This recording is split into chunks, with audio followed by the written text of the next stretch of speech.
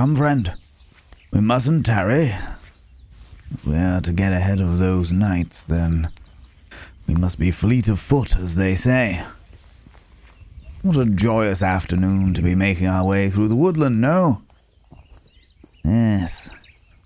Free of civilization, fresh air in our lungs, the sweet bird song. Free. Free from the confines of civilization.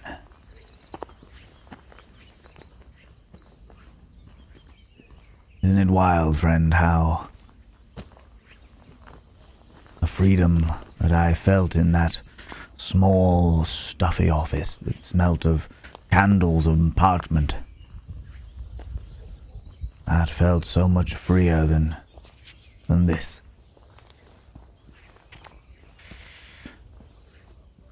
Well, we must stay one step ahead, must we not?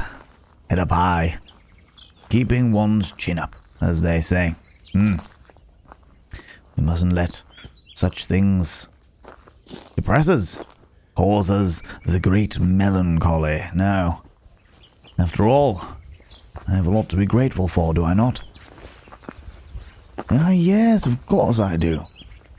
After all, this time I have a delightfully fetching companion to keep me company. Oh, yes. No need to be shy. After all, many, many years have I wandered through the wilderness alone. Too fearful to be able to, dare to have a companion for fear of what I might do to them. Now, we must go over, once again, what it is that we are to do in case of an unexpected change. I will list them, and I wish you to repeat them, as per usual, until they're drilled into your brain so that you're sick of them. A little bit of vomit at the back of the mouth is a good teacher, I have found. First things first. Yes, I know you know it, but please, allow me to instruct as I require. If I immediately feel the change, it comes upon me all of a sudden, you must climb the nearest tree, up until the point where only your weight will be able to bear it. You must climb beyond that of the weight of a monster such as I. No, come on, repeat it, please. For my own sanity, repeat it.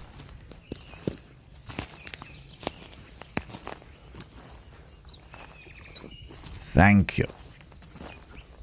Secondly, if it is to be a slow change, which does happen, then we should find somewhere, a cave of some description, and we must find a way to barricade you in, if at all possible. I have an understanding of the beast. I know what it will search for, and man flesh is its favorite. However, it is lazy. Therefore, it will not chip its claws on solid rock if it can get an easier meal through the medium of a deer or sheep. Huh? I repeat. With a little enthusiasm, please.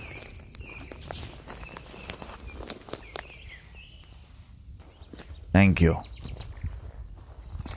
It may become easier if we can find our way to a village which may have an iron worker.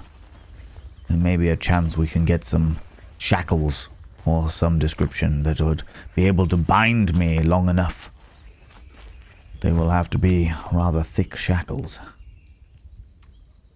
And I fear there may be questions, so wherever it is we get them from, we must be sure to only be there a small while.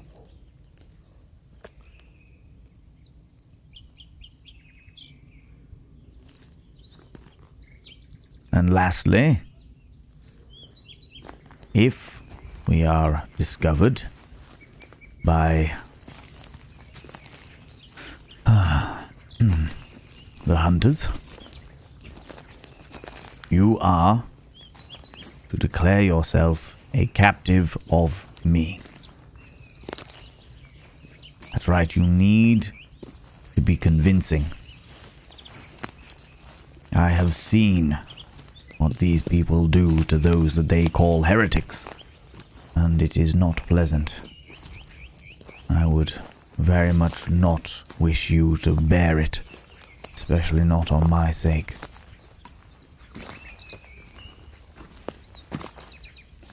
Repeat it.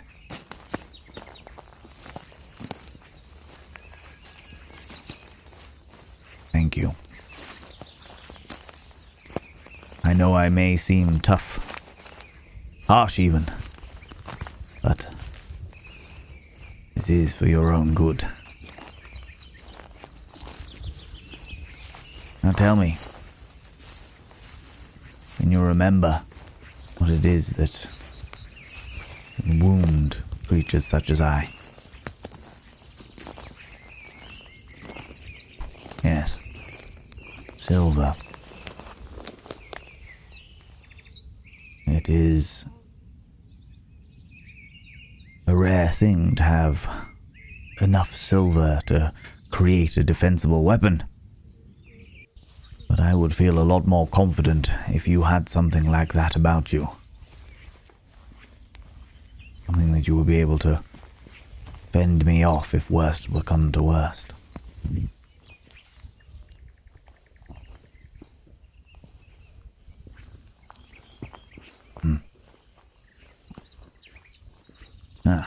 So much for that chin-up scenario, huh?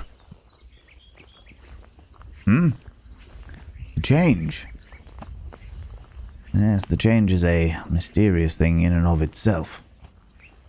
Sometimes it is a slow growth. I can feel the changes in my body before I actually metamorphosize into that of the raging animal. However,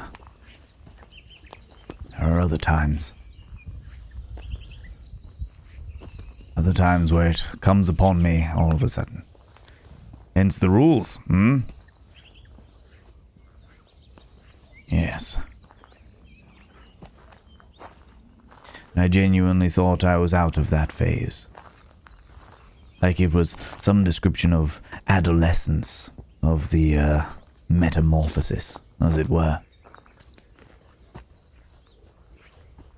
I thought that with age and time, there was a good chance that I would be past it, that I would recognize the signs early, and know when it was that I was changing and therefore able to get somewhere safe.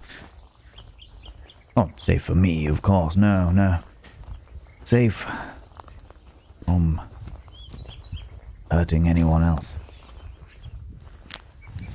However, as I soon learned,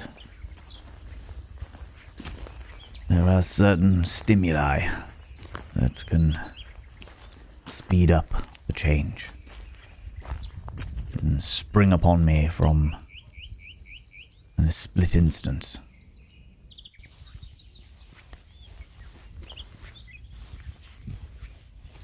Like the long transition is that of a sand hourglass.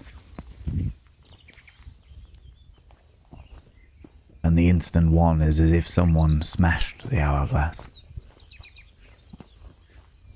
I'm not sure what it is that causes the difference. I'm sure it's some description of stimulation. Initially I thought it might be stress. Anxiousness. Yes. A fluttering of the nerves in the chest. But then there were other times that I was perfectly happy.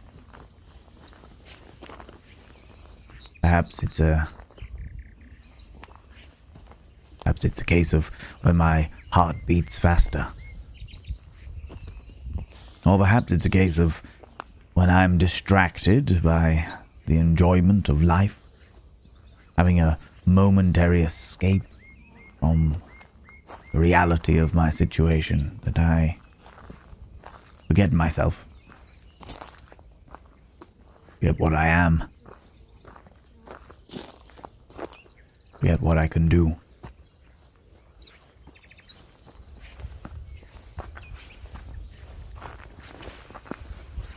You would think it would be hard to forget such things, wouldn't you?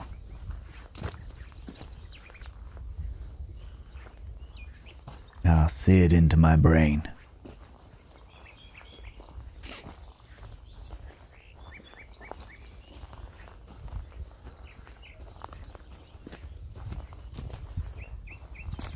No, not the actions themselves, but the aftermath.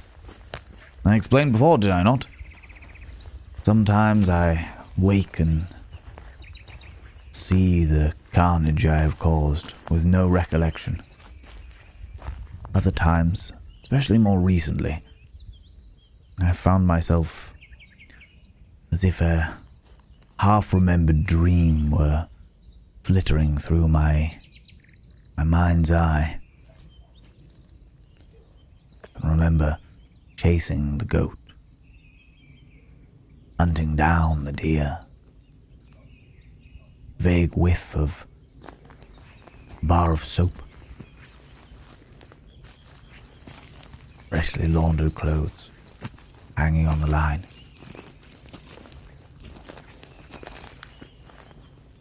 Grease of well tended to weapons and armor. Of course, the smell of blood.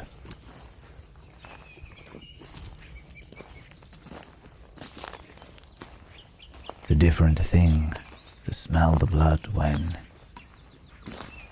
I'm in that form.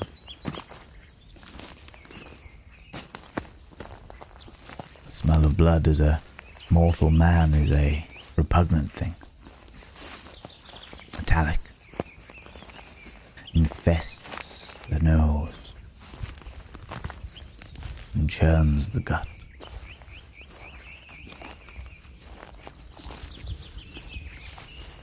Whereas to the beast, to the beast,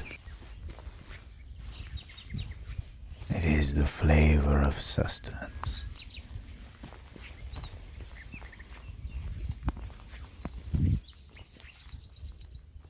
A knowledge that a meal is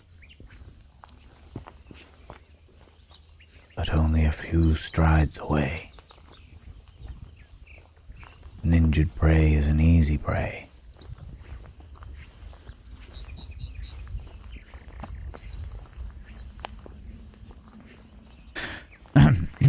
Anyway, yes, it's an odd thing, a different thing. Very unusual, very unusual. Then I suppose there will be some crossovers. The more I have lived as this. Certainly find that my nose is sharper these days, yes. Can smell things that others can't quite identify. Hear things that I know and recognize, but others have got no clue. And of course, some downsides. The occasional craving for less than cooked meat.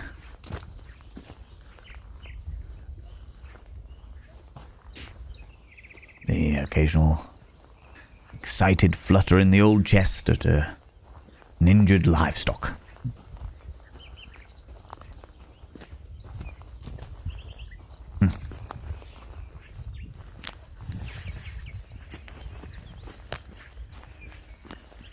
Perhaps as time goes on, I become more and more beast and less myself. And in that scenario, I'll be looking to you to round up the guard, find Silver, and put me to my rest. Oh, don't give me that look.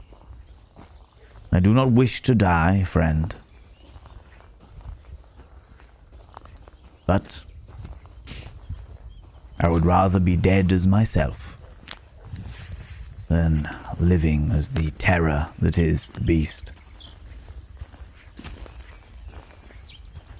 Know yourself. And philosophers said that, I'm sure they did. Know oneself, something like that.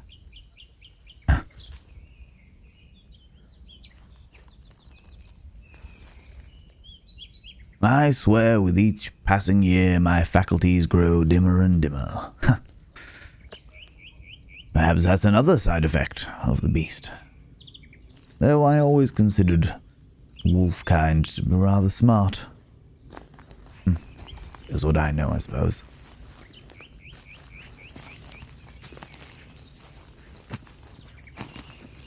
Oh.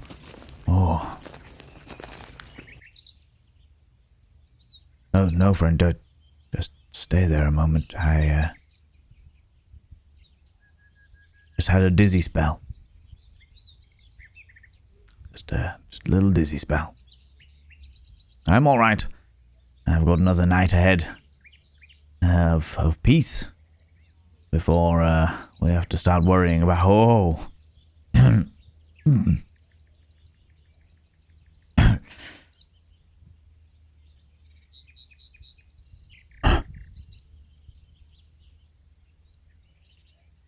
Friend, it seems the sun is setting, and I may have mistimed. I may have mistimed the change. Go, friend. Go. Please go. Remember the first one. Go. Remember what I said. Find a tree. A tree. Find a tree. Climb it.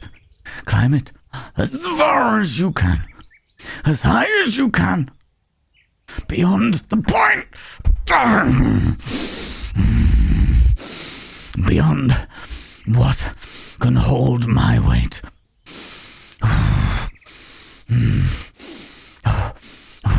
And if you can cover yourself in mud, I may be cast off. I may be cast off your scent. Go. Go now. Go. Run. Run, friend. Run!